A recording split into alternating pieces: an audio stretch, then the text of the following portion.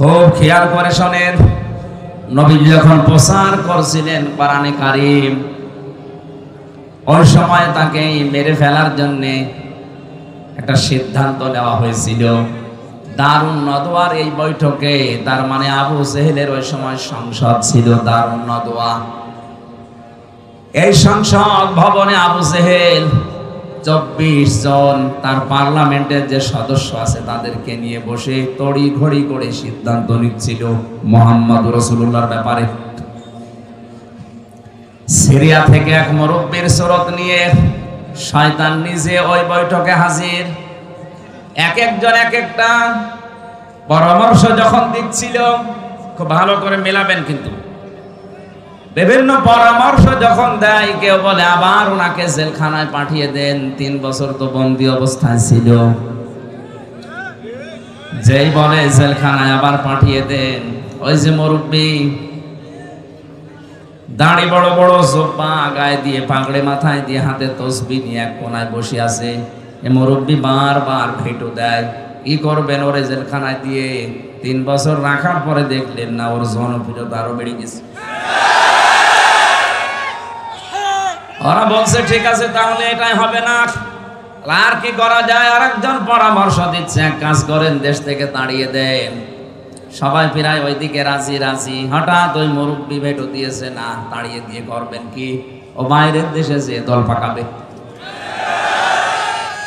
সবাই এবার ঘুরে তাকাচ্ছে, কি গো কোন মুরব্বি তুমি? তোমারে তো দেখি নাই। বলে তোমরা মুরব্বির কথা শোনো, যে দেখবা।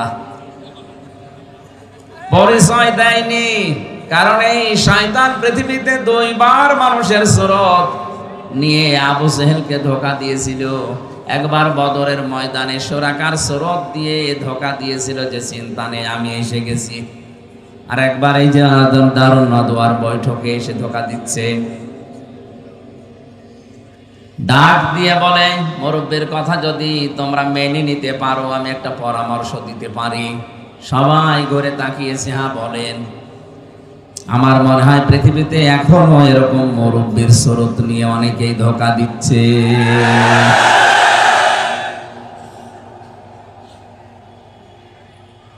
পৃথিবীর কোন জালেমরা এত বড় বড় সিদ্ধান্ত নেয় না, কিন্তু আলেম নামে কিছু জালেম বড় বড় পাগড়ে নিয়ে, জব্বা নিয়ে, সিরিয়ার এই শয়তানের সুরত নিয়ে এসে এমন এমন তাক লাগায়, ঢাক দেয়, শেষে জালেমরা পর্যন্ত দিক দাঁড়া হারিয়ে ফেলে। ডাক দিয়ে বলছে, তোমরা এক কাজ করো, লোকটারে ছেড়ে দিলেও হবে না, দেশ থেকে তাড়িয়ে দিলেও হবে না, ওর চ্যাপ্টার ক্লোজ করে দাও, মেরে ফেলো। এখানে আমার ইবনে হিশাম বর্ণনা করছে, সিরাত ইবনে হিশাম যিনি লিখেছেন, তিনি বলেন এই যে 24 জন যারা বড় বড় নেতা, পার্লামেন্ট সদস্য, এই মুরব্বির কথা শোনার পরে কেউ প্রতিবাদ করে নাই, সবাই নিশ্চুপ। কি বুঝলেন এখান থেকে আপনি বলেন? একটা নিরপরাধ মানুষকে মেরে ফেলার জন্য সিদ্ধান্ত দেওয়া হচ্ছে, অথচ একটা লোকও কথা বলছে না। 1500 বছর আগে শুধু এরকম হয়েছিল, 1500 বছর পরে এখন পৃথিবীতে এরকম হয় না। এটা আমি এ দেশের কথা না, পৃথিবীর 228টা রাষ্ট্র আছে, যে কোনো এক দেশের কথা বলছি। এমনও দেশ আছে বিনা কারণে একজন মানুষকে মেরে ফেলার সিদ্ধান্ত নেওয়া হচ্ছে, অথচ তামাম দেশের মানুষ সব নিশ্চুপ, কিছুই বলে না। আপনি আবার ঠিক বলে এই দেশের নাম মনে করি। আমি বলছি কোন দেশের নাম আমি নিজেও জানি না। বলেন তো, যে 24 জন মানুষ নিরপরাধ মানুষকে মেরে ফেলার জন্য একজন সিদ্ধান্ত দিল, আর সব নিশ্চুপ। এরা কি মানুষ না জানোয়ার? সবই তো মানুষের সুরত নিয়ে আসে, একটাও কথা বলে না। আমারও মনে হয় মাঝে মাঝে পৃথিবীটা কেমন যেন হয়ে গেল, বিনা কারণে একজনকে বিপদে ফেলে দেয়, বিনা কারণে একজনের জীবন নাশ হয়ে যায়, গুম হয়ে যায়, আর সারা দেশের মানুষ হাঁ করে তাকিয়ে আছে, কিচ্ছু বলে না। বিশ্বনবীকে হত্যার জন্য আবু জেহেল সর্বশেষ ঘোষণা দিল, 100 লাল উট দেওয়া হবে। ওই জায়গা থেকে দাঁড়িয়েছে একজন, তার নাম ওমর। এ লোকটা দাঁড়িয়ে বলে 100 তোলা আলু। হ্যাঁ আমি যাচ্ছি। খোলা তরবারি নিয়ে যাচ্ছিল। আমি ইতিহাস বলার জন্য এখানে বসি নাই, ঐতিহাসিক প্রেক্ষাপটটা বললাম। শেষ পর্যন্ত নিজে মুসলমান হয়ে গেছে। বাকি যে 24 জন ওখানে বসেছিল, ওই যে মুরব্বী এবার সিদ্ধান্ত নিয়েছে, যাকে পাঠালে সে তো ফেল করেছে, কাজ করো, ওভাবে হবে না। এই 24 জনের ভেতর থেকে এক একজন গোত্র থেকে, এক একজনের বংশ থেকে এক একজন যুবককে রেডি করো, সবাইকে পাঠিয়ে দাও মোহাম্মদের ঘরে আজ রাতের বেলা। 24 জন মিলে মারবে, তাহলে কেউ কারো উপরে দোষ চাপাতে পারবে না। আজ পৃথিবীতে ইমানদারদের বিপদে ফেলার জন্য এই শয়তানের সবক নিয়ে অনেকে বিভিন্ন জায়গায় বসে বসে ধোঁকা দিয়ে বোকা বানিয়ে অনেক আলেমকে জেলখানায় পর্যন্ত পাঠাচ্ছে। যারা দায়িত্বে আছে ওদের অত দায় পড়ে নাই যে আমির হামজাকে 3 বছর জেলে রাখা লাগবে না। এর মতো কিছু মৌলবী বিশাল চোপ্পা গায়ে দিয়ে যে কানের কাছে মুখ নিয়ে বলে আর কত, আটকে রাখতে পারেন না। নাকি বেশি বলে ফেললাম? শেষ পর্যন্ত ওরা 24 জন মিলে রাসূলুল্লাহর ঘরের চারিদিকে দাঁড়িয়ে আছে। প্রতিটি কথা থেকে আপনি দেখবেন একটা একটা করে শিক্ষা আমি নিয়ে আসবো ইনশাআল্লাহ। চারিদিকে ওরা দাঁড়িয়ে আছে, মুহাম্মদুর রাসূলুল্লাহ। জিবরাইল এসে বলে, হে রাসূল, আপনার চারিদিকে ওরা দাঁড়িয়ে আছে খোলা তরবারি নিয়ে, আপনি ওঠেন, সূরা ইয়াসিনের কয়েকটা আয়াত তেলাওয়াত করে এক মুষ্টি বালু হাতে নেন, সামনের দিকে শুধু ফিকে মারেন, বাকি যা করার আল্লাহর কুদরত করবে।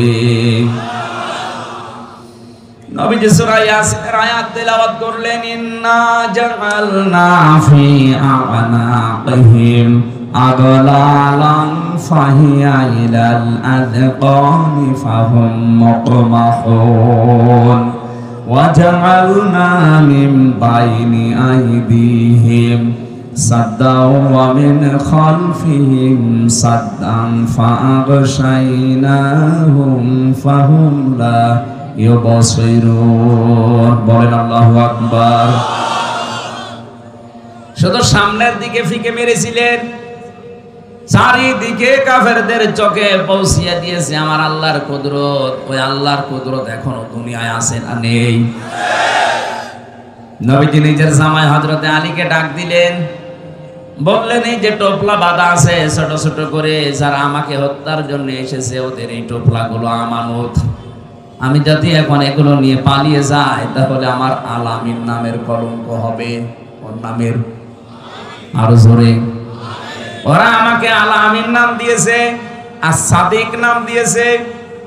এখন যদি এগুলো নিয়ে আমি পালিয়ে চলে যাই রাতের আধারে, আমার আলামিন নামের কলঙ্ক হয়ে যাবে।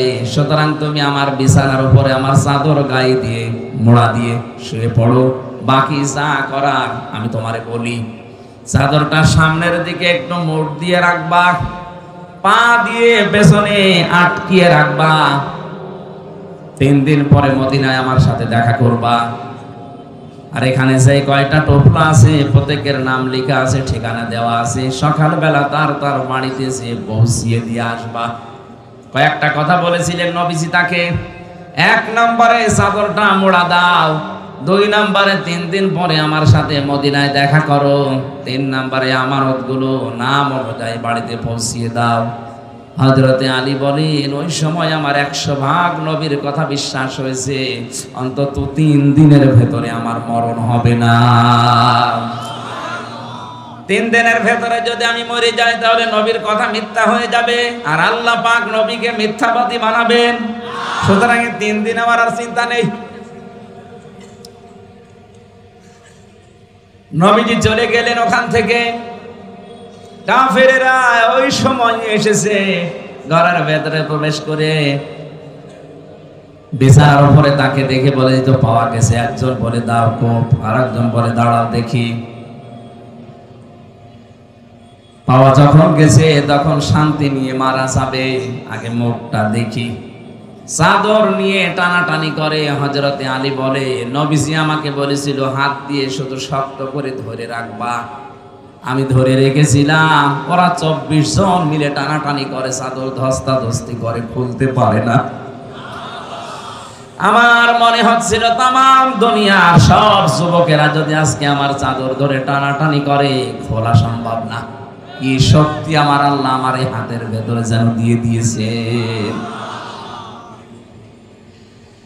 মনে মনে ভাবছিলাম আমি ধস্তাধস্তি করতে থাকবো যতক্ষণ ওরা আমাকে মেরে ফেলার সিদ্ধান্ত না নেয়। কারণ আমি যতক্ষণ সময় ক্ষেপণ করব, ওদিকে আমার আল্লাহর নবী 2 পা হলেও মদিনার দিকে এগিয়ে যাবে।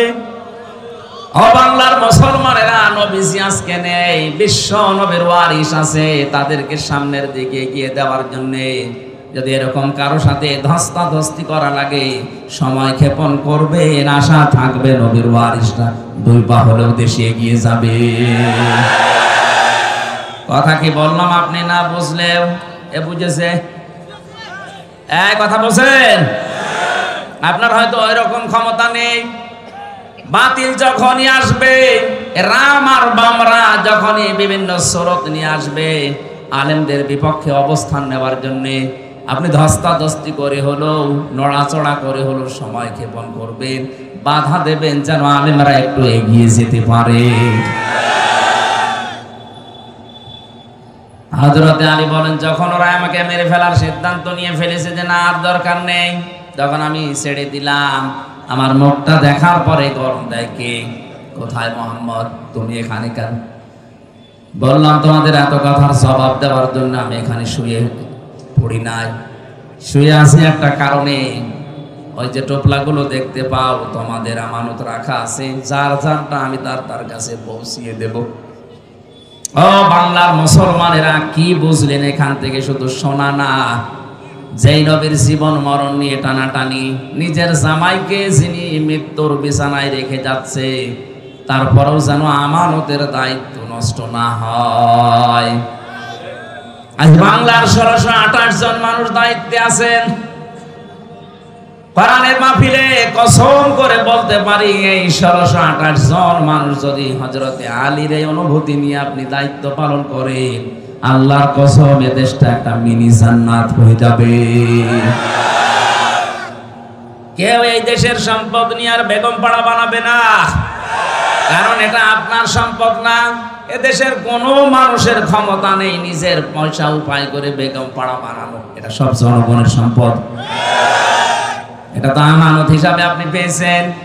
এই আমানতের দায়িত্বটা যদি আপনি পালন করতে পারতেন, সত্যি কথা বলছি, কারো জন্য ব্যাংকের টাকা কেউ ফ্রিজে রেখে দেয়, কেউ বালিশের ভেতরে রেখে দেয়।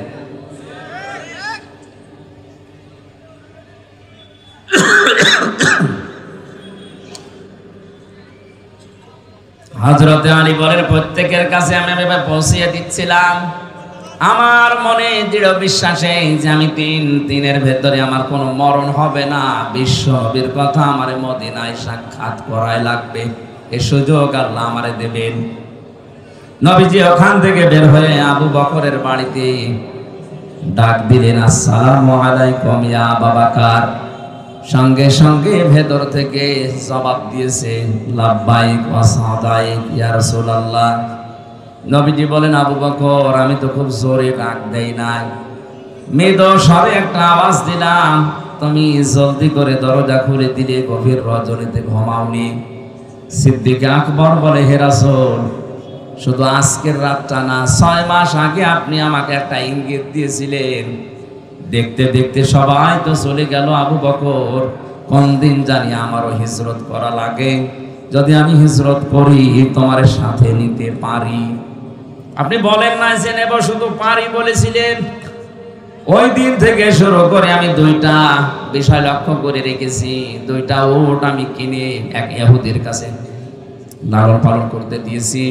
2 নাম্বার, ওই দিন আমি নিজে আমার টোপলা বেঁধে দরজার সাথে পেট লাগিয়ে আছি, কখন আল্লাহর নবী আমার একটা ডাক দেয়। 6টা মাস আমি ঘুমিয়েছি শুধু হেলান দিয়ে দরজার সাথে। বাংলার মুসলমানেরা, আমাদেরও তো নবীর আদর্শ মানতে গিয়ে এরকমই কষ্ট স্বীকার করা লাগছে।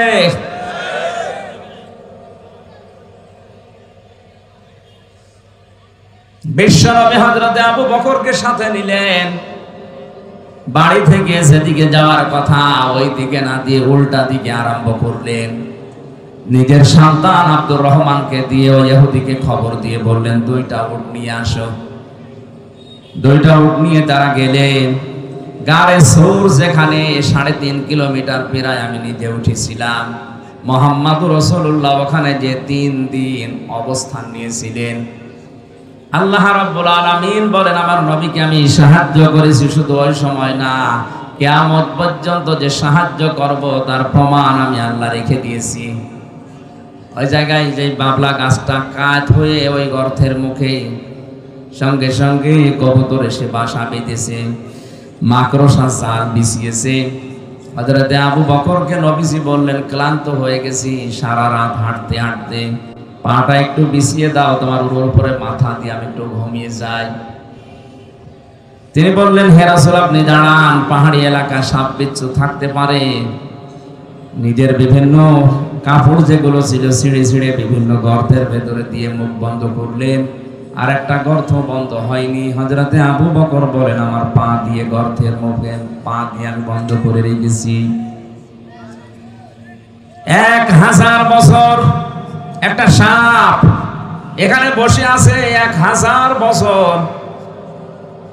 তাওরাত কিতাবে শুনেছিল মুসা আলাইহিস সালাম তাকে তেলাওয়াত করে নাকি শুনিয়েছিল যে এই রাস্তা দিয়ে শেষ নবী মুহাম্মদুর রাসূলুল্লাহ হিজরত করে যাবেন, এই জায়গায় আশ্রয় নিলেও নিতে পারেন।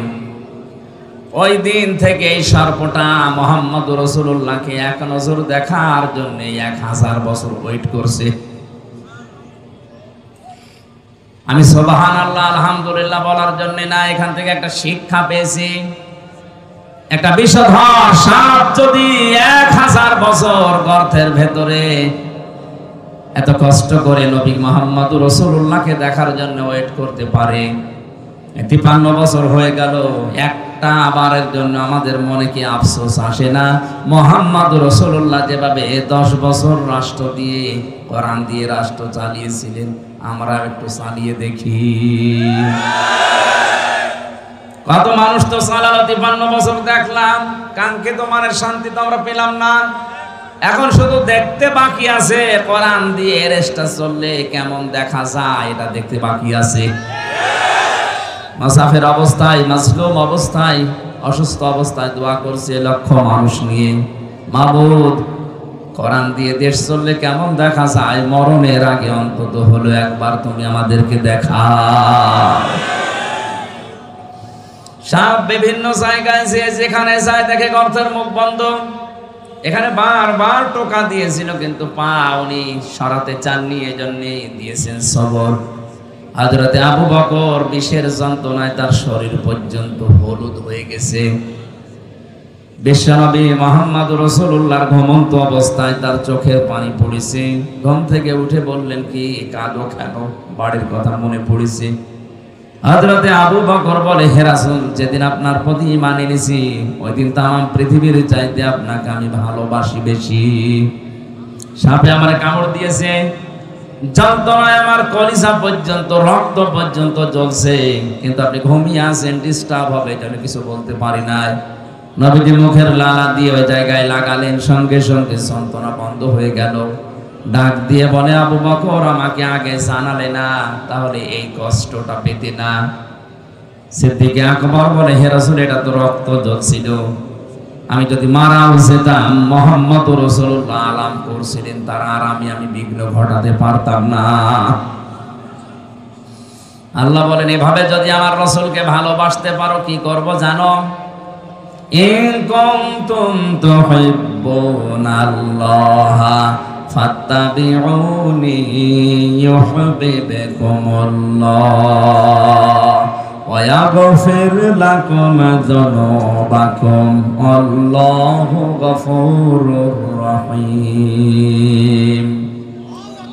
এইভাবে করে যদি তোমরা আমার রাসূলকে ভালোবাসা দিতে পারো, আমি আল্লাহ বলছি জীবনের যত অপরাধ আছে সবগুলো আমি আল্লাহ মাফ করে দেব। সিদ্দিক আকবর কি ভেবেছিলেন যে আমার রক্ত জ্বলছে, কলিজা জ্বলছে, জীবনও যদি চলে যায় রাসূলের আরামে আমি বিঘ্ন ঘটাবো না।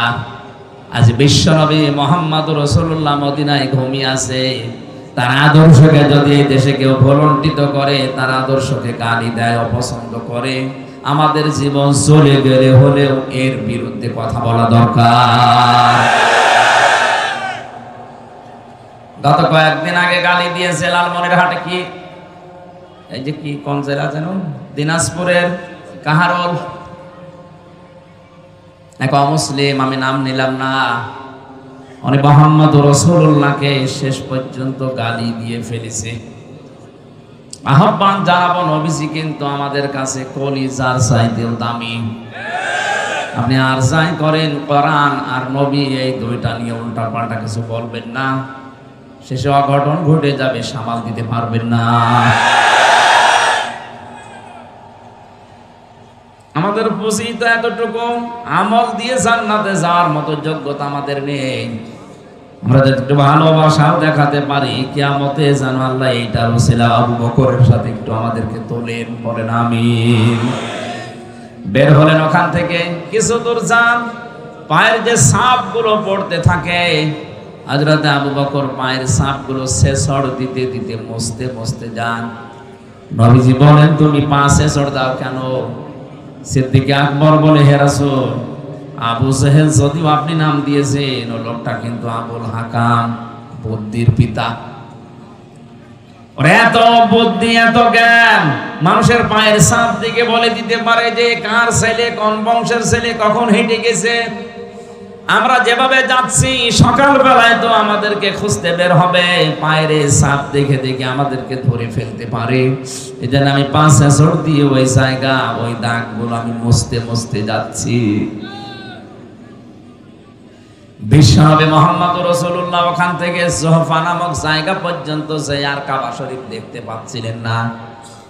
তখন মনের দুঃখ নিয়ে এই কথাগুলো বলেছিলেন, মাবুদ, কাবা তো আর দেখা যায় না, আমি তো যেতে মনে চাই না, শুধু তোমার আদেশ পালন করার জন্য আমি হিজরত করছি। আল্লাহ সময় সূরা কাসাসের 88টা আয়াত এক জায়গায় নাযিল করেছিলেন। আমার ঐতিহাসিক প্রেক্ষাপট বলার কারণ হচ্ছে, হযরত মুসা আলাইহিস সালামের জীবনী দিয়ে আল্লাহ আয়াত শুরু করেছিলেন সূরা কাসাস, আর শেষ করলেন কারুনের জীবনী দিয়ে। আমার প্রশ্ন হচ্ছে, মুহাম্মদুর রাসূলুল্লাহর হিজরতের ঘটনাকে আমার আল্লাহ না উল্লেখ করে মুসা নবী, ফেরাউন, কারুন এদের কথা পুরা কসস সূরার ভেতরে দিলেন কেন? আর আমি যেখান থেকে পড়েছি, এখানে কারুনের জীবনী থেকে শুরু। আয়াতের প্রেক্ষাপটের সাথে বাস্তবতায় আয়াত নাযিল করা মিলছে না। যতগুলো তাফসীর আমি দেখেছি, সব মুফাসসিরিন ইকরাম আয়াতের ব্যাপারে এইটা সিদ্ধান্ত দিয়েছে না, এদিকে তাকান, সবাই সিদ্ধান্ত দিয়েছে মুহাম্মদুর রাসূলুল্লাহকে হিজরত করার ব্যাপারে সবচাইতে বেশি ভূমিকা পালন করেছিল টাকাওয়ালারা। কারা? 2 নম্বরে বেশি ভূমিকা পালন করেছে ক্ষমতাওয়ালারা। আজ নবীর ওয়ারিস যারা, নবীর খাঁটি উম্মত যারা, এদেরকে বিপদে ফেলার জন্য আপনি তাকান, তামাম পৃথিবীতে টাকাওয়ালারা আর ক্ষমতাওয়ালারা চেষ্টা চালাচ্ছে। ক্ষমতার মালিক যারা, টাকাওয়ালা যারা, তাদেরকে ওই জামানার সম্মানিত সৎ আলেম ওলামা যারা ছিল, এমনকি মুসা আলাইহিস সালাম সহ 5টা উপদেশ দিয়েছিল কারুনকে। কয়টা? আজকে যেহেতু মুসা নবী এখানে নেই, মুহাম্মদুর রাসূলুল্লাহ নেই, কিন্তু নবীদের ওয়ারিস হিসাবে দাবি করে আমরা এসেছি। আমারও দায়িত্ব আজকে যে টাকাওয়ালাদের কারণে, যে ক্ষমতার কারণে নবীর উম্মতেরা, উত্তরাধিকারী আলেমেরা বিপদে আছে, মুসিবতে আছে, জুলুমের শিকার, তাদেরকে আমার মনে হয় আজকের এই আয়াত দিয়ে 5টা উপদেশ দেওয়া বাধ্যতামূলক হয়ে গেছে। বড় দরদ নিয়ে আপনাকে আমি 5টা উপকারের কথাই বলবো, উপদেশের কথা। ওই জামানায় নবীকে বিপদে ফেলার জন্য, এমনকি দেশ ত্যাগ করার বাধ্য করার জন্য টাকাওয়ালারা কাজ করেছিল বেশি। কারুনের ঘটনাকে আল্লাহ উল্লেখ করে জানিয়েছে। এই কারুনের ঘটনাকে উল্লেখ করার কারণে এটা, কারুনের মতো সম্পদওয়ালা যারা, তাদের কারণে আলেমেরা এভাবে বিপদে পদে পদে পড়বে। হযরতে মুসা আলাইহিস সালামের চাচাতো ভাই ছিল এই কারুন। সূরা কাসাস ৭৬ নম্বর আয়াত খেয়াল করে করে মিলাবেন এবার। ইন্না কারুনা কানা মিন কওমি মূসা ফাবাগা আলাইহিম। আল্লাহ পাক বলেন অবশ্যই কারুন ছিল মুসার বংশধর, মুসার বংশের লোক, তার কওমের জাতির লোক, এবং সে তাদের প্রতি বিদ্রোহ করেছিল। ওয়াতাইনাহু মিনাল কুনুজি মা ইন্না মাফাতিহাহু লাতানু বিল উসবাতি ওয়ালিল কুওয়া। আমি কারণকে এত সম্পদের মালিক বানিয়েছিলাম, একদল শক্তিশালী যুবক তার সম্পদের শুধু চাবি বহন করার জন্য লাগতো। কুড়িগ্রামবাসী, এখান থেকে একটা শিক্ষা নেওয়া যায়। চাবি বহন করতে যদি একদল শক্তিশালী যুবক লাগে, তালা বহন করার জন্য কত দল লাগবে বলেন? কারণ 20টা চাবি মিলে একটা তালার সমান হয় না। কথা বলেন না কেন? আল্লাহ রাব্বুল আলামিন বলেন ওই সময় কারণকে ওই জাতির লোকেরা 5টা বিষয় উপদেশ দিয়েছিল, বিশেষ করে যারা সৎ সম্মানিত আলেম ওলামা তারা। আজও জাতির ভেতরে যারা টাকাওয়ালা মানুষ আছে, আপনার টাকা কোন কাজে ব্যয় হচ্ছে আপনাকে আমি কোরআনে কারীম দিয়ে 5টা বিষয় উপদেশ দিচ্ছি, ভালো করে মিলাবেন। ওই সময় আলেমরা কারণকে ডাক দিয়ে বলেছিল, ইয ক্বালা লাহু কওমুহু লা তাফরাহ, আনন্দ করো না বেশি। আজ টাকাওয়ালাদের আনন্দ আছে না নেই? এই কথা বলা লাগবে। আপনি দেখেন এই দেশে ইসলাম বিরোধী যত কাজ, সব কিছুর মূলে টাকাওয়ালারা, আর পেছন দরজা দিয়ে নাড়াচাড়া দেয় ক্ষমতাওয়ালারা। এমন এমন গানের অনুষ্ঠান দিয়েছে যেটার দ্বারা আল্লাহর আরশ পর্যন্ত কেঁপে যায়। যে সমাজে বিশৃঙ্খলা অশ্লীলতা বেড়ে যায়, মহান আল্লাহ সেখানে নতুন নতুন করে গজব নাযিল করেন। তার ভেতর অন্যতম এই তাপদাহ। আপনি মনে করছেন এটা আল্লাহ এমনি দিয়েছে? ঢাকা শহরে যত নাইট ক্লাব আছে, গ্রাম্য মানুষ তো বুঝতেছেন না কি যে হয় সেখানে। আল্লাহ জানে, আর ফেরেশতা জানে, আর যারা করে তারা জানে। মানুষ যে এত নিচে নামতে পারে, 4-5 জন মিলে একাধারে ধর্ষণ করছে, আর একজন করে ভিডিও করছে, দেখছে। এটা কোনো পশুর দ্বারা সম্ভব না। অশ্লীলতা, জেনা, ব্যভিচার, ধর্ষণ যখন সমাজে বেড়ে যায়, মহান আল্লাহ 27টা গজব ওই দেশে নাযিল করেন। কোরআনে কারীম জানিয়েছে, যাহারাল ফাসাদু ফিল বাররি ওয়াল বাহরি বিমা কাসাবাত আইদিন নাস লিয়ুযিকাহুম বা'দাল্লাযী আমিলু লা'আল্লাহুম ইয়ারজিউন।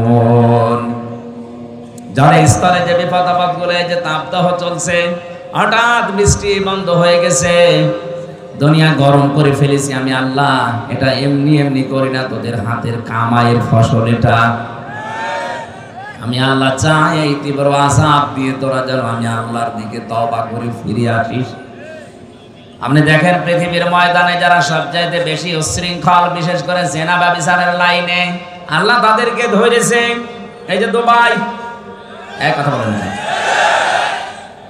বিমানবন্দর পর্যন্ত ভাসিয়ে দিয়েছে। এত বড় শক্তিশালী, এত বড় অর্থনৈতিক ভাবে সম্পূর্ণ দেশকে যদি আল্লাহ চোখের পলকে নষ্ট করে দিতে পারে, তছনছ করে দিতে পারে, আমাদের কিছুই লাগবে না। শুধু এই তিস্তার পানিকে যদি আল্লাহ হুকুম দেয় 100 হাত জোরে একটু জারণ করে, আমি খুঁজেও পাবেন না আর কিছু। অনেকে বলে এটা প্রাকৃতিক দুর্যোগ, শয়তান। প্রাকৃতিক দুর্যোগ বলে কিছু নেই, এগুলো সব আমার আল্লাহর গজব। আপনি থামেন, এই আনন্দ ফুর্তি এগুলো বন্ধ করেন এখনো। আজ বিভিন্ন নাম দিয়ে দিবস বানিয়ে বানিয়ে যেটা আনন্দ করছেন, একটা কোরআনের সাথে হাদিসের সাথে মিলছে না। আর এই আনন্দ আপনি করবেন ইসলামের সীমার ভেতরে থেকে। এমনকি আজকে ঈদুল আযহা, ঈদুল ফিতরকেও মানুষ এমন আনন্দের জায়গায় নিয়ে গেছে যেখানে কোরআনের নিয়ম নেই। ঈদুল আজহার ঈদুল ফিতরের শিক্ষা কি ছিল? আগে ত্যাগ, এরপরে ভোগ। কথা বলেন না কেন? এক মাস রোজা রেখে আপনি আনন্দে খাবেন, লাফাবেন না। আগে সাদকা দেন, আগে ফিতর দেন। ওইটা দিয়ে গরিব মানুষেরা সেমাই কিনবে, চিনি কিনবে, খাবার কিনবে, ওর বাচ্চারা আনন্দ করবে, উল্লাস করবে, খুশি হবে। ওইটা দেখে আপনি খুশি হবেন। আপনি আগে শুধু খাবেন, আবার হবে না। ঈদুল আজহাতেও তা কুরবানি জবাই করে নিজে আগে খেয়ে মরবেন না, আগে জবাই করে গোশত গরিবকে দিয়ে আসেন। গরিব মানুষেরা খাবে, আনন্দ করবে, হাসবে, ওদের হাসি দেখে এরপরে আপনি খাবার খাবেন। কথা বলেন না কেন? ইসলামের তো দিবস ছিল মাত্র এই দুইটা, আগে ত্যাগ, এরপরে ভোগ।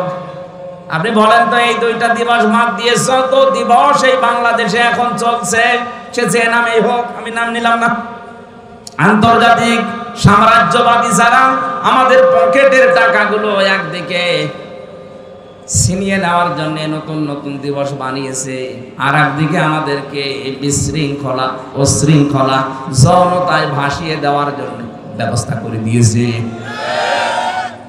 আমি আবার বলছি, ঈদুল আজহা ঈদুল ফিতর বাদ দিয়ে দুনিয়ায় এমন কোন দিবস আপনি পাবেন না যেখানে আগে ত্যাগ, এরপরে ভোগ, আগে ভোগ, এরপরে ত্যাগ। কথা বলেন না? 14ই ফেব্রুয়ারি পালন করে মানুষ, বলেন না কেন? এর ভেতরে কি আগে ত্যাগ, এরপরে ভোগ? না, আগে ভোগ করবেন, তারপরে ত্যাগ করবেন। আমাদের উচিত হচ্ছে যে দিবসের সাথে কোরআনের, হাদিসের এবং বাস্তবতার মিল নেই, ওইটা পালন করে আমরা নিজেদের সম্পদগুলো আনন্দ করতে যে নষ্ট করব না। এটা যেহেতু রেকর্ড হচ্ছে সারা বাংলাদেশে, কালকে ছড়িয়ে যাবে। বড় বড় ধনী যারা আছেন, টাকার মালিক, কোরআনে হাদিসে আমি পেয়েছি তিনটা জিনিস মানুষকে সবচাইতে বেশি ধ্বংস করেছে দুনিয়ায়। 1 নম্বরে টাকা, 2 নম্বরে ক্ষমতা, 3 নম্বরে নারী। আমি সহ যারাই শুনলাম প্রত্যেকে যেন এই 3টা বিষয়ের ব্যাপারে সেন্সিটিভ থাকি, সিনসিয়ার থাকি, সতর্ক থাকি। আমাদেরকে যেন আমাদের সম্পদ, আমাদের ক্ষমতা, আমাদেরকে যেন নারীতে জাহান্নামে নিয়ে যেতে না পারে। বলেন আমিন। দুনিয়াতে যত মানুষ ধ্বংস হওয়ার পেছনে টাকা আর ক্ষমতা যত মানুষকে নষ্ট করেছে, পৃথিবীর কোনো জিনিস এত বেশি মানুষকে নষ্ট করতে পারে না। যেন এই দুইটার মালিক যারা, তারা কিন্তু আরো বেশি সতর্ক থাকবেন। টাকা পেলে আপনি আনন্দ করবেন না।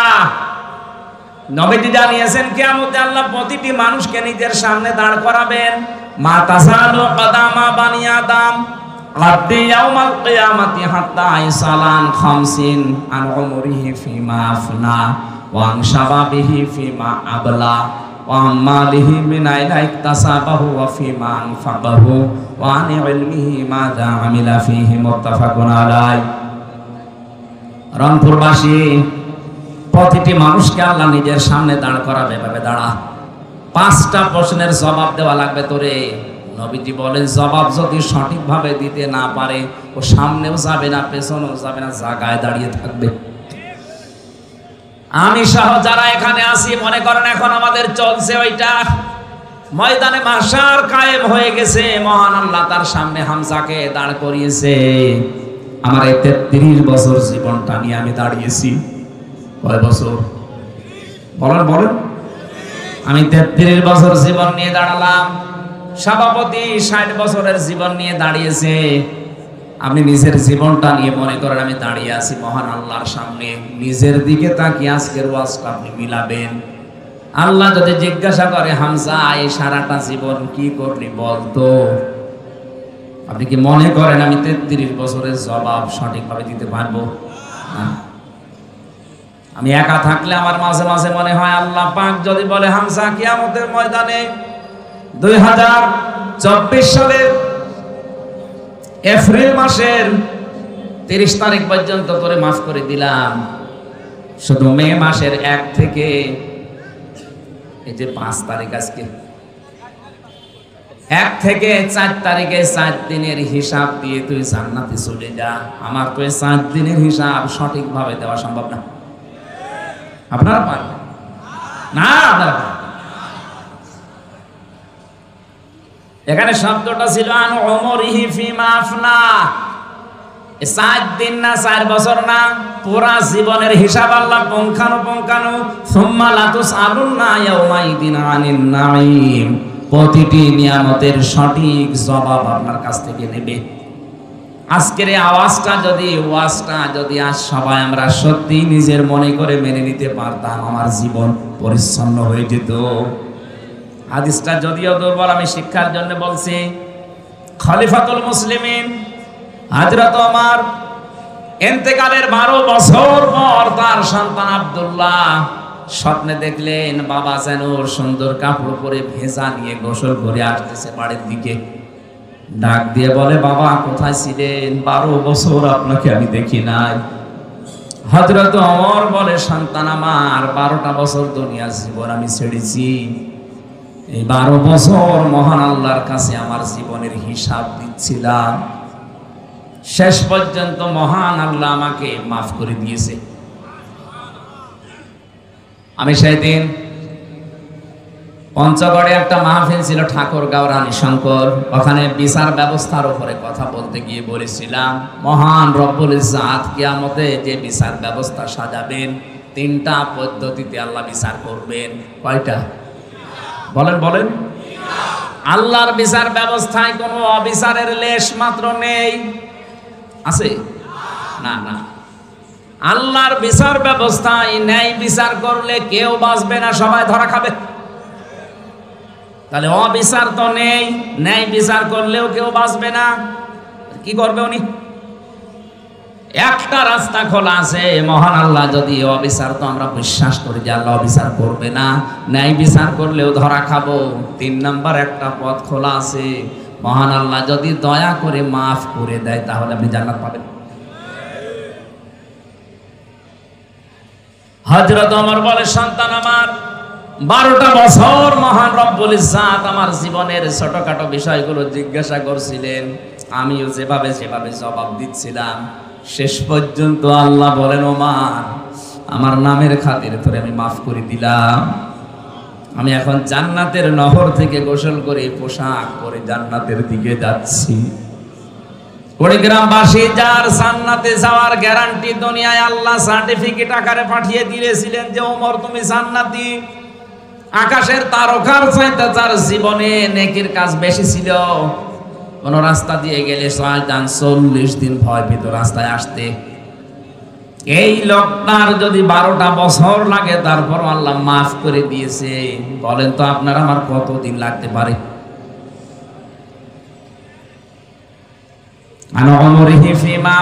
কি করে কাটালি সারাটা জীবন বল আমার সামনে দাঁড়িয়ে।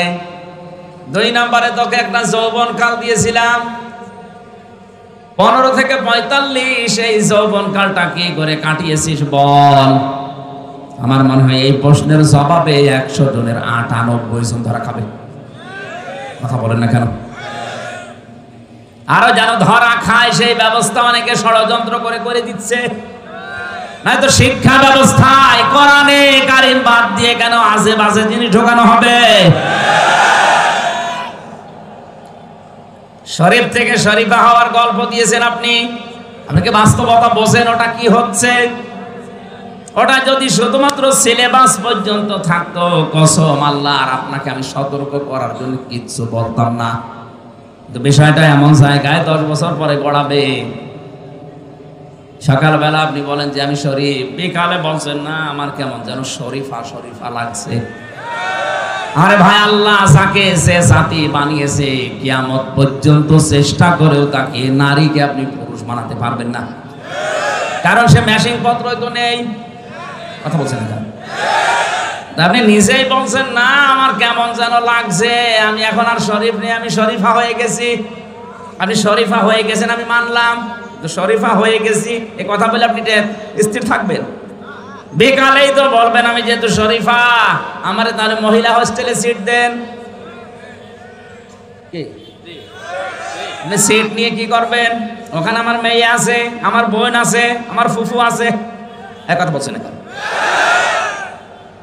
আপনি মাল যতই বলেন আমি শরীফা, আপনি আসলে কি? এক কথা বলেন না কেন?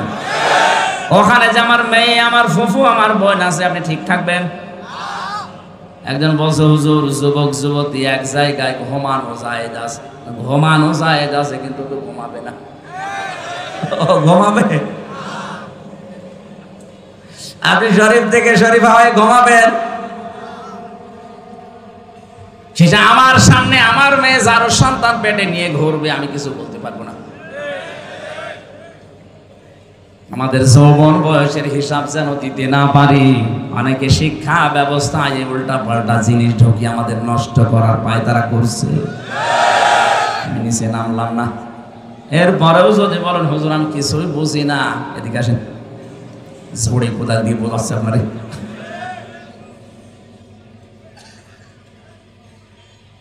তিন নাম্বারে আল্লাহ জিজ্ঞাসা করবেন, যতটুকু মাল উপার্জন করেছিলে কোন কোন রাস্তা দিয়ে, রাস্তা বলো। আজ বাংলার দায়িত্বশীলদেরকে বলছি, সম্পদ যারা উপার্জন করছেন রাস্তাটা ঠিক করেন। বৈধ পথে ইনকাম করে রংপুর শহরে কেউ 15 তলা 20 তলা বিল্ডিং বানানো কিয়ামতের আগে সম্ভব না। আর আপনার বিল্ডিং এর কোনো হিসাব নেই। কয় টাকা বেতন আপনার বলেন তো দেখি? হিসাবটা খুব খেয়াল করে আপনি কোন জায়গা থেকে টাকাগুলো নিচ্ছেন। এমন এমন ব্যবস্থা আমরা করে দিয়েছি, আজকে কোর্টের ইট পর্যন্ত এখন আমাদের কাছে টাকা চাই। আমার এই 2টা মামলা আমার একেবারে সর্বশান্ত করে দিল। কোর্টে এখন কুষ্টিয়া থেকে ঢাকা কোর্টে গেলে কোর্টের ইটও বলে হুজুর এটা দিয়ে যান। আপনি রংপুর কোর্টে যাবেন, কুড়িগ্রামের কোর্টে যাবেন, এই এলাকার কোর্টে মনে হয় চাই না। টাকা উপায় করতে নিষেধ নেই, কিন্তু রাস্তাটা একটু খেয়াল রাখবেন। আজকে রংপুর শহরে আমার শেষ কথা ছিল এটা, পৃথিবীর ময়দানে যারা অবৈধভাবে ইনকাম করছেন, আপনার বিবেক মেনে নিচ্ছে না, তারপরও আপনি ইনকাম করছেন, 2টা ক্ষতি হবে আপনার। 1 নম্বরে অবৈধ সম্পদ আপনি দুনিয়ায় ভোগ করে যেতে পারবেন না। 2 নম্বরে মরণের পরে ওই অবৈধ সম্পদগুলো আপনার ছেলে মেয়ে, আপনার স্ত্রী, আপনার দলের লোক আরো অবৈধ কাজে ব্যয় করবে। আপনি কবরে বসে বসে ফ্ল্যাক্সি লোড হয়ে বিকাশ হয়ে পেয়ে যাবেন। যদি বলেন হুজুর আমার বিকাশ নাম্বার খোলা নেই, এমনি খুলে যাবে। বিকাশ খোলা লাগবে? যে সম্পদ উপার্জনের ব্যাপারে খুব সেনসিটিভ থাকা লাগবে। কি দরকার আপনার, কত টাকা লাগে একটা মানুষের জীবন চলতে? 4 নম্বরে আল্লাহ বলবেন টাকা কোথায় কোথায় খরচ করলি বল। গানের অনুষ্ঠান দিলে যেখানে উলঙ্গ নাচ হয় 500 টাকা চাইলে 5000 টাকা বের করে দেন। কোরআন শিক্ষা দেওয়া হবে, কোরআন প্রচার করা হবে, 20 টাকা চাইলে 2 টাকা দাও, সিড়া চলে না ওইটা দেখ। লান তানালুল বিররা হাত্তা তুনফিকু মিম্মা তুহিব্বুন। আল্লাহ পাক বলেন অতক্ষণ পর্যন্ত নেকি পাবা না যতক্ষণ তোমার মহব্বতের জিনিস আমি আল্লাহর জন্য না দেবে। এখানে সম্পদ উপার্জন করা এবং কোথায় কোথায় খরচ করছে যেখানে সেখানে আনন্দের জন্য দিয়ে দিলেই হবে না। সম্পদওয়ালারা এখানে একটু খেয়াল করে দেবেন। 5 নম্বরে যতটুকু জানতে তার উপরে কতটুকু মানতে, এইটা বলো। সম্পদওয়ালাদের প্রতি আমার প্রধান উপদেশ, 1 নম্বরে আপনি আনন্দ করবেন কিন্তু ইসলামের ভেতরে থেকে। 2 নম্বরে আল্লাহ পাক বলেন অবতাগি ফিমা আতাকাল্লাহু দারাল আখিরাহ। ও বাংলাদেশের সম্পদওয়ালারা, টাকা পয়সা আল্লাহ দিয়েছে, এটা নিয়ামত মনে করে আখিরাতের ঘর তৈরি করেন। আমি আকিস গ্রুপে চাকরি করতাম, এ দেশের 3 নাম্বার ধনী তারা। আমি যতদিন ছিলাম আমার ওই মালিককে আমি মাঝে মাঝে বলতাম আপনাকে আল্লাহ বহু টাকা দিয়েছে, কত টাকা আছে আপনি নিজেও জানেন না, কাজ করেন, এই টাকাগুলো দিয়ে আখিরাতের ঘর তৈরি করেন, কাজে লাগবে। আর ওনারা ভালো ভালো অনেক কাজে ব্যয়ও করত। টাকাওয়ালা যারাই আছেন আপনার টাকা দিয়ে যেন আখিরাতের ঘর তৈরি হয়। 3 নম্বরে ওয়ালা তানসা নাসিবাকা মিনাদ দুনিয়া। আল্লাহ পাক বলেন হ্যাঁ তোমার নিজের অংশ ভুলে যেও না। আপনি দান করতে করতে ফকির হয়ে যাবেন, এটা আল্লাহ চাইনি। যার যে স্ট্যাটাস তাকে ওই অনুযায়ী চলা লাগবে। রংপুরের যিনি মেয়র আজকে ছিল আমার সাথে, উনি ঢাকা থেকে রংপুরে নেমেছে, ওখান থেকে ওনার বাড়ি মনে করেন 2 কিলোমিটার দূরে। উনি হেঁটে বাড়ি যাবে, ওনার জন্য জায়েজ নেই, কারণ ওনার যে টাকা আছে, ওনার ওই টাকা বৈধভাবে ব্যয় করার জন্য অনেক অটোওয়ালা, রিক্সাওয়ালা জায়েজ কাজে দাঁড়িয়ে আছে। তাদেরকে 50টা টাকা দিয়ে আপনি বাড়ি পর্যন্ত যান, ওর 50 টাকা দিয়ে ওর ব্যবসা, ওর সংসার চালাবে, আর আপনি এখান থেকে 50 টাকা ওকে দিয়ে আপনি সঠিকভাবে বাড়ি পৌঁছাতে পারবেন। এখন যদি বলেন না আমি হেঁটে বাড়ি যাব, আপনার জন্য জায়েজ নেই। হেঁটে বাড়ি যাওয়া জায়েজ আছে তার জন্য যার কাছে কিছু নেই। ওয়ালা তানসা নাসিবাকা মিনাদ দুনিয়া, দুনিয়ার যে অংশ এইটা পেতে আপনি ভুল করবেন না, এটা আপনি সঠিকভাবে চালান। তাহলে এখান থেকে শিক্ষা কি? যার যে স্ট্যাটাস, যার যে যোগ্যতা, যার যে জায়গা, ওই জায়গায় সে যেন সঠিকভাবে চলে। আমি আমির হামজা, আমারে আল্লাহ যা দিয়েছে, আমার বাবারে যা দিয়েছে, আমি যদি এখন 20 টাকা গজের কাপড় পরি আমার জন্য জায়েজ নেই। আমার পরা লাগবে কমপক্ষে 250, 300, 500 টাকার গজের কাপড়, কারণ ওই যোগ্যতা আল্লাহ আমার এখন দিয়েছে। কথা বলেন না কেন? এমনও ধনী মানুষ আছে 25 টাকা গজের কাপড় কিয়ামতের আগ পর্যন্ত পরবে। কৃপণ হওয়া যাবে না। যে সম্পদ আল্লাহ দিয়েছে, যে অংশ দুনিয়ায় দিয়েছে, ওইটা আপনি ভোগ করতে পারেন জায়েজ ভাবে, কোনো অসুবিধা নেই। এক লোক বউকে বলছে আমি নামাজে যাব, আমার টুপিটা একটু ময়লা পরিষ্কার করে দাও। বউ কেসে দিয়েছে টুপি পরিষ্কার করার জন্যে, কিন্তু ওই দিন আর সূর্য ওঠে নাই, রোদ নেই, এই জন্য টুপি আর শুকায় না। চিন্তা করছে ভেজা টুপি মাথায় দিয়ে গেলে মাথা আমার ঠান্ডা লেগে যাবে। স্ত্রী কাজ করছিল চুলার উপরে, টুপিটা এভাবে ধরেছে যেন শুকিয়ে যায়, আল্লাহর ইশারা হাত থেকে পড়ে আগুন লেগে গেছে। টুপির ওই ছাই তুলে কুলি করছে, দাঁত মাজার পর পানিগুলো যখন কুলি করে ফেলে দেয়, বলছে আল্লাহ টাকাগুলো আমি পানিতে ফেললাম। টাকা পানিতে ফেলিস, কৃপণতা করা যাবে না। যার যে অংশ আছে দুনিয়ায় ওইটা আপনি পালন করেন, পান ভোগ করেন, অসুবিধা নেই। অবতাগি ফিমা ওয়াহসিন কামা আহসানাল্লাহু ইলাইকা। আল্লাহ পাক 4 নম্বরে উপদেশ দিয়েছেন ওই আলেমদের দ্বারা, ওই দেশের ধনীদেরকে, তুমি ইহসান করো হে কারণ, তুমি ইহসান করো হে কারণ, হে টাকাওয়ালারা, তোমার প্রতি আল্লাহ যেভাবে দয়া দেখিয়েছেন, কিছুই ছিল না, তোমার এই পর্যায়ে আল্লাহ নিয়ে নিছে। সুতরাং তোমার এই সম্পদগুলো দিয়ে তুমি ইহসান করবা মানুষের প্রতি, যেভাবে আল্লাহ দয়া দেখিয়েছেন তোমার প্রতি। আজ বাংলাদেশে আমরা যারা টাকাওয়ালা আছি, ক্ষমতাওয়ালা আছি, আমাদেরকে ইহসান গুলো আল্লাহ পাক যেভাবে করেছেন, আমরা ক্ষমতা দিয়ে, টাকা দিয়ে যদি অন্যান্য সৃষ্টির প্রতি এভাবে দয়া দেখাতে পারি, কিয়ামতে মহান আল্লাহ আর 70টা অপরাধ ঢেকে রাখবে, গোপন করে রাখবেন। এই সুযোগটা আল্লাহ টাকাওয়ালাদের, সম্পদওয়ালাদের এবং ক্ষমতাওয়ালাদের দিয়েছেন। এটা পেলে আপনি একেবারে মন মতো যা ইচ্ছা তাই করবেন না। যারা বিভিন্ন দায়িত্বে আছেন, সম্পদের, ক্ষমতার, বিভিন্ন পাওয়ারের এই জায়গায় আপনি থেকে মানুষের প্রতি ইহসান করে নিজের প্রতি ইহসান আল্লাহর তরফ থেকে বাড়িয়ে নেন, এটা সুযোগ আছে। একটা মানুষের অপরাধ যদি আপনি জানা শোনার পরেও যেভাবে হোক গোপন করে তারে বাঁচিয়ে দিতে পারেন, মহান আল্লাহ কিয়ামতে আপনার 70টা দোষ গোপন করে বাঁচিয়ে দেবেন। বলেন আমিন। অবতাগি ফিমা ওয়ালা তানসিন কামা আহসানাল্লাহু ইলাইকা ওয়ালা তাবগিল ফাসাদা ফিল আরদ। জমিনে বিশৃঙ্খলা তৈরি করা যাবে না। আমরা দেখছি এই দেশে যত বিশৃঙ্খলা করার জন্য চেষ্টা চালাচ্ছে, পেছনে সব টাকাওয়ালাদের অবদান।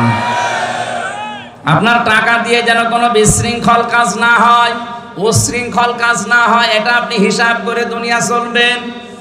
ইন্নাল্লাহা লা ইউহিব্বুল মুফসিদিন। কোন সন্ত্রাসীকে আমার আল্লাহ পছন্দ করে না, ভালোবাসে না। এখানে সন্ত্রাস যারা সৃষ্টি করছেন, বাংলাদেশ তো ভালোই ঠান্ডা হয়ে গেছে, ভালোই চলছে, হঠাৎ এই দেশটাকে গরম করার জন্য যারা উঠে পড়ে লেগেছেন তারা থামেন। কারণ যারা বিশৃঙ্খলা করে, সন্ত্রাস তৈরি করে, মানুষের ভেতরে ত্রাস সৃষ্টি করতে চায়, তাদেরকে আল্লাহ পছন্দ করে না। আল্লাহ যদি কাউকে পছন্দ না করে জান্নাত দিবেন? বলেন বলেন। আল্লাহ আমাকে সহ যারা এসেছি এই 5টা উপদেশ বিশেষ করে ক্ষমতাওয়ালা টাকাওয়ালাদেরকে মেনে নেওয়ার তৌফিক দেন। বলেন আমিন। প্রচন্ড গরমে এই আয়াত শেষ পর্যন্ত আমি আর যাচ্ছি না, এখনো প্রায় 8টা না 9টা কারণের পরবর্তী আয়াতে আছে। আমি জেলখানায় থাকতে যে 2টা বই লিখেছিলাম নারী এবং পুরুষের উপরে দাম্পত্য জীবন নিয়ে, এখানে আছে কিনা জানি না, ওই যে গেটে সাদা গাড়িতে পাওয়া যাবে, নিয়ে আপনার স্ত্রীকে, আপনার মেয়েকে, মাকে, বোনকে, ফুফুকে উপহার দেবেন। পারিবারিক জীবনের দাম্পত্য কলহ দূর হবে আমি আশা করছি।